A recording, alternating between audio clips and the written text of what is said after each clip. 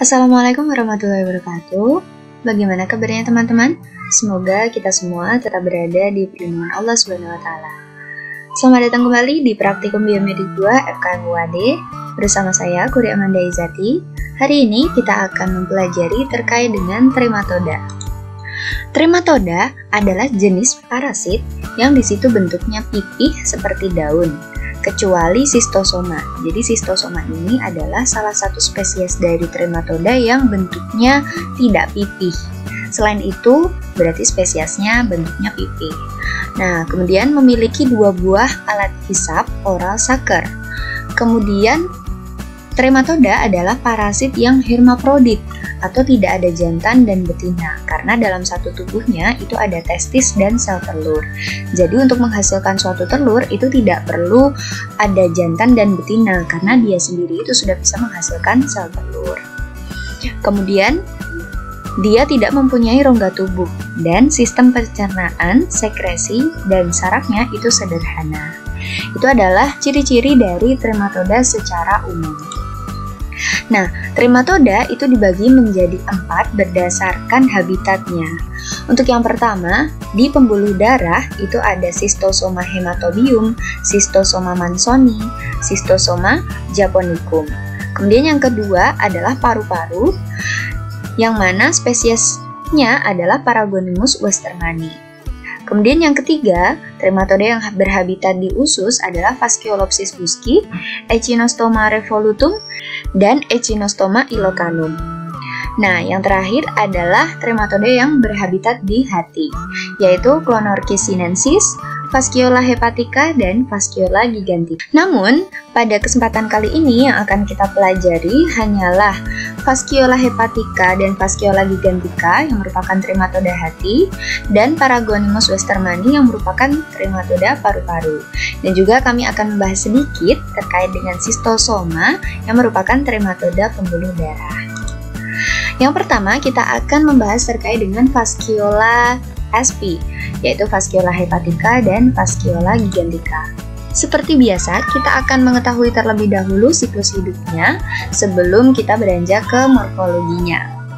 Nah, yang perlu teman-teman ketahui bahwa bentuk infektif dari Fasciola SP ini adalah metaserkaria, dan habitat dari cacing dewasanya itu ada di usus halus dan hati. Kemudian, hospes definitifnya adalah sapi, kambing, dan juga manusia. Sedangkan untuk hospes antaranya adalah keong, yang mana untuk Fasciola hepatica nama keongnya adalah Limnea truncatula, sedangkan untuk Fasciola gigantica keongnya adalah Limnea rubiginosa. Jadi setiap spesies itu memiliki hospes antara keong yang spesiesnya pun berbeda-beda seperti itu. Nah, kita beralih ke siklus hidupnya. Di sini ada telur yang di situ belum dibuahi dan keluar bersama feses manusia, atau bisa juga feses dari sapi ataupun kambing. Yang mana mereka itu mungkin di situ membuang air besar sembarangan, seperti itu. Nah, misalnya mereka buang air besarnya di perairan yang di situ contohnya adalah sungai, kali, seperti itu. Telur yang belum dibuahi ini, ketika dia itu masuk ke dalam air, maka telur itu otomatis akan menjadi telur berembrio atau telur yang dibuahi. Nah, telur yang berembrio ini dia akan berubah bentuk menjadi mirasidia. Mirasidia ini kemudian akan masuk ke dalam tubuh keong. Seperti yang sudah dijelaskan bahwa hospes antara dari Fasciola adalah keong. Nah, di sini peran dari si keong tersebut, yang mana mirasidia ini akan berkembang menjadi sporokista. Kemudian berkembang lagi menjadi redie, lalu berkembang lagi menjadi serkarie atau serkaria. Nah, setelah menjadi serkaria ini akan tetap berada di tubuh keong atau dia bisa berenang kemudian menempel di tumbuhan air. Nah, setelah dia menempel di tumbuhan air, dia akan berubah menjadi metaserkaria, yang mana metaserkaria tersebut menjadi bentuk infektif dari Fasciola SP. Contoh dari tumbuhan air itu adalah kangkung. Nah, ketika kangkung ini tidak dimasak dengan baik, maka Metacercaria itu tetap akan hidup sehingga masih bisa menginfeksi manusia. Nah, misalnya di sini adalah kangkung yang tidak matang atau masih mentah, masih setengah matang, sehingga Metacercarianya ini masih hidup. Kemudian dimakan oleh manusia. Lalu di dalam tubuh manusia, Metacercaria ini akan berkembang menjadi cacing fasciola. Dia akan berada di duodenum. Kemudian setelah dewasa dia akan berada di hati atau liver. Nah, kemudian cacing dewasa ini setelah berada di hati, dia akan memproduksi telur-telurnya, kemudian akan keluar bersama feses manusia. Dan seperti itu mengikuti siklus yang sudah dijelaskan tadi. Jika ingin mendiagnosa, kita bisa mendiagnosa melalui telur yang ada di feses manusia. Selanjutnya, kita akan beralih ke morfologi telur, yang mana bentuknya itu lonjong, seperti yang ada pada gambar, dan dia memiliki operkulum. Hanya saja, kalau Fasciola hepatica, operkulumnya itu kecil, sedangkan untuk Fasciola gigantica, operkulumnya ini lonjong. Nah, ini ya teman-teman, operkulumnya hanya ada di salah satu sisi saja. Kemudian berisi sel-sel berkelompok. Untuk cacing dewasanya, ini ukurannya 30 x 13 mikron. Mereka memiliki cefalikon. Cefalikon itu kayak yang bagian sini nih teman-teman, kayak pundak gitu. Ini adalah Fasciola hepatica, sedangkan ini adalah Fasciola gigantica. Teman-teman bisa lihat perbedaannya sangat mencolok. Nah, cefalikon dari hepatica ini dia jelas, kelihatan banget. Kalau ini cefalikon gigantikanya, ini langsung lurus gitu. Ya kan? Nah, kemudian mereka memiliki penghisap oral ventral, koesum bercabang-cabang, testis 2 buah di pertengahan badan, jadi ada di tengah-tengah seperti ini. Kemudian ovariumnya juga bercabang-cabang di anterior lateral testis, jadi dekat dengan testisnya itu ada ovarium. Tuh ya, ingat bahwa mereka itu hermaprodit atau tidak ada jantan dan betina, alat reproduksinya menjadi satu. Kemudian mereka memiliki kelenjar vitellina yang bercabang-cabang. Nah, kalau misalnya tampak aslinya, tampak nyatanya itu seperti ini teman-teman. Jadi mereka tidak mikroskopis karena mereka bisa dilihat dengan mata. Itu jika teliti seperti itu. Dan warnanya itu ya putih-putih semu, ya seperti inilah. Warnanya itu hampir-hampir sama dengan atau daging dari si sapi itu. Kemudian penyakit yang disebabkan oleh fasciola adalah fasciolasis. Gejala klinisnya itu rasa sakit di daerah hati, sakit perut, diare, demam, dan anemia. Komplikasinya adalah hepatomegali atau pembengkakan hati. Jadi kalau misalnya cacing fasciola ini terlalu banyak di liver atau hati, maka mereka bisa menyebabkan pembengkakan hati karena mengganggu fungsi dari hati tersebut. Nah, kemudian sebagai pencegahan, maka yang pertama dilakukan adalah memasak sayuran dengan baik dan matang sebelum dimakan. Karena tadi berkaitan dengan siklus hidupnya, yang mana terkait dengan tumbuhan air atau tanaman air yang bisa dimakan, nah itu harus dimasak dengan matang pada suhu tertentu. Kemudian yang kedua, melakukan pengobatan pada penderita, baik itu manusia dan hewan, karena sama-sama bisa menularkan nih teman-teman. Kemudian yang ketiga, tidak buang air besar sembarangan, terutama di lokasi perairan yang ditumbuhi tumbuhan air. Yang kedua, kita akan membahas terkait dengan Paragonimus westermani. Nah, di sini yang perlu teman-teman ketahui bahwa bentuk infektifnya adalah Metacercaria. Kemudian habitatnya adalah paru-paru. Sedangkan hospes definitifnya adalah manusia, dan hospes antaranya ada 2 nih teman-teman, yaitu keong yang namanya Melania libatina dan krustase. Contohnya ada udang, kepiting, dan krustase yang lain. Nah, kita beralih ke siklus hidupnya. Di sini ada telur yang belum dibuahi. Dia bisa keluar bersama feses, atau dia juga bisa keluar bersama dahak dari manusia. Jadi ada 2 ya, bisa dari dahak, bisa dari feses. Nah, kemudian ketika telur ini masuk ke dalam air, dia akan menjadi telur yang dibuahi. Jadi perantaranya itu melalui air ya teman-teman. Nah, telur yang dibuahi ini berubah menjadi mirasidia.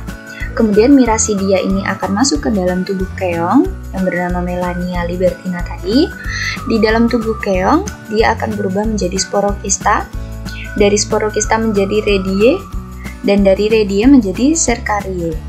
Nah, di serkarie ini dia akan masuk ke dalam tubuh krustase melalui krustase yang makan keong, atau serkarie ini yang berenang kemudian masuk ke dalam tubuh krustase. Nah, di dalam tubuh krustase ini serkaria berubah menjadi metaserkaria. Nah, ketika krustase ini, misalnya udang dan kepiting, ini dimakan oleh manusia yang di situ masih mengandung metaserkaria, nah, dimakan, kemudian metaserkaria tersebut akan masuk ke dalam tubuh manusia dan dia akan berada di duodenum. Kemudian ketika dia sudah dewasa, dia akan bertempat tinggal di paru-paru. Kemudian dia akan bertelur, telur tersebut bisa keluar bersama feses. Dan siklus hidupnya ini akan berlanjut terus seperti itu. Morfologi telur dari Paragonimus westermani itu bentuknya lonjong, kemudian operkulumnya kecil, agak rata tertekan ke dalam. Jadi ibaratnya seperti hidung. Kalau misalnya yang fasciola itu dia agak sedikit mancung, kalau ini tuh pesek gitu ya. Nah, operkulumnya kecil dan tertekan ke dalam, kemudian berisi sel-sel granula. Lalu untuk morfologi cacing dewasanya, penampakannya seperti ini ya teman-teman. Ukuran panjangnya itu 7-12 mikron, lebarnya 4-6 mikron, dan ketebalannya itu 3 mikron. Oral sucker terletak subterminal ventral sucker di bagian tengah tubuh. Kemudian testis 2 buah berlekuk dalam saling berdampingan terletak di posterior badan di tengah-tengah. Jadi ini ya teman-teman. Ini sudah ada testis dan sel telurnya. Sama Paragonimus westermani juga hermafrodit. Kemudian untuk penyakit yang disebabkan itu adalah paragonimiasis. Yang mana gejalanya itu adalah batuk dan sesak napas karena dia menginfeksinya itu ada di paru-paru. Nah, tetapi komplikasinya itu juga bisa menyebabkan hepatomegali. Karena terkadang dia juga bisa menginfeksi hati. Kemudian sebagai pencegahan, yang pertama adalah tidak memakan kepiting atau udang atau krustase yang lain yang di situ belum dimasak sampai matang. Misalnya teman-teman yang di situ suka seafood, makan ikan yang di situ mentah, nah itu hati-hati karena kita tidak tahu apakah di dalam tubuh ikan, kepiting, udang, dan lain sebagainya itu apakah benar-benar bersih dari parasit atau tidak. Seperti itu. Jadi lebih baiknya adalah kita memasaknya terlebih dahulu sampai benar-benar matang.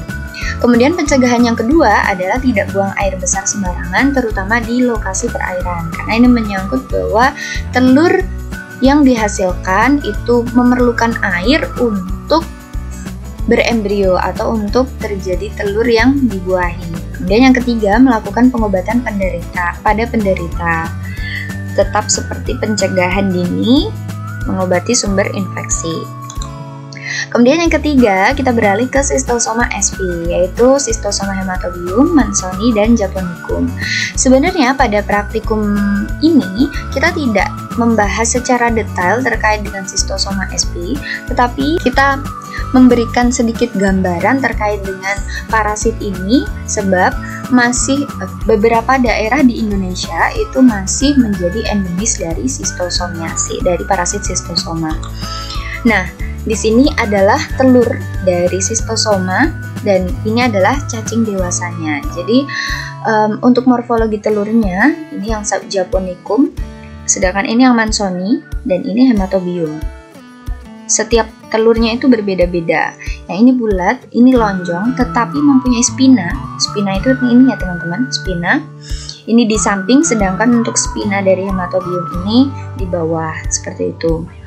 Nah, untuk cacing dewasanya, seperti yang sudah diterangkan sebelumnya, bahwa Schistosoma ini adalah trematoda yang bentuknya tidak pipih, tetapi seperti ini. ya lonjong seperti ini. Sistosoma ini spesial teman-teman. Jadi jantan dan betinanya itu menggabung jadi satu. Jadi kemana-mana itu selalu nempel, setia gitu ceritanya. Jadi ini betinanya yang langsing. Nah jantannya itu yang besar. Mereka selalu berdua. Nah memang untuk sistosoma ini juga mereka itu tidak hermafrodit. Makanya ada jantan dan betina. Nah, untuk penyakit yang disebabkan itu adalah sistosomiasis atau bisa juga disebut dengan demam siput. Nah, gejalanya itu ternyata cukup banyak teman-teman, seperti ruam kulit, demam, nyeri otot, kemudian diare, kemudian lelah, pusing, batu, anemia, dan lain sebagainya. Bahkan bisa sampai BAB berdarah, kemudian sesak nafas, kemudian bisa sampai kejang. Nah, seperti itu. Untuk pencegahan dari sistosomiasis, ini yang pertama adalah menggunakan celana dan sepatu bot anti air, karena mereka juga menularkan melalui air. Kemudian yang kedua, menjaga kebersihan diri dan rutin mencuci tangan dengan sabun dan air mengalir. Yang ketiga, mengonsumsi air matang atau air mineral yang terjamin kebersihannya. Jika air itu terkontaminasi oleh sistosoma, maka akan lebih baik jika mengonsumsinya dengan air matang. Nah, 4. Gunakan air bersih untuk keperluan mandi dan mencuci. Jika tidak yakin akan kebersihan air tersebut, maka air tersebut direbus dulu sampai mendidih. Kemudian didiamkan hingga 1 menit baru dimatikan, seperti itu. Baik, demikian yang bisa kami sampaikan. Semoga bermanfaat. Banyak salah dari kami mohon maaf yang sebesar-besarnya. Atas perhatiannya kami ucapkan terima kasih. Akhiru qauli hadza, wassalamualaikum warahmatullahi wabarakatuh.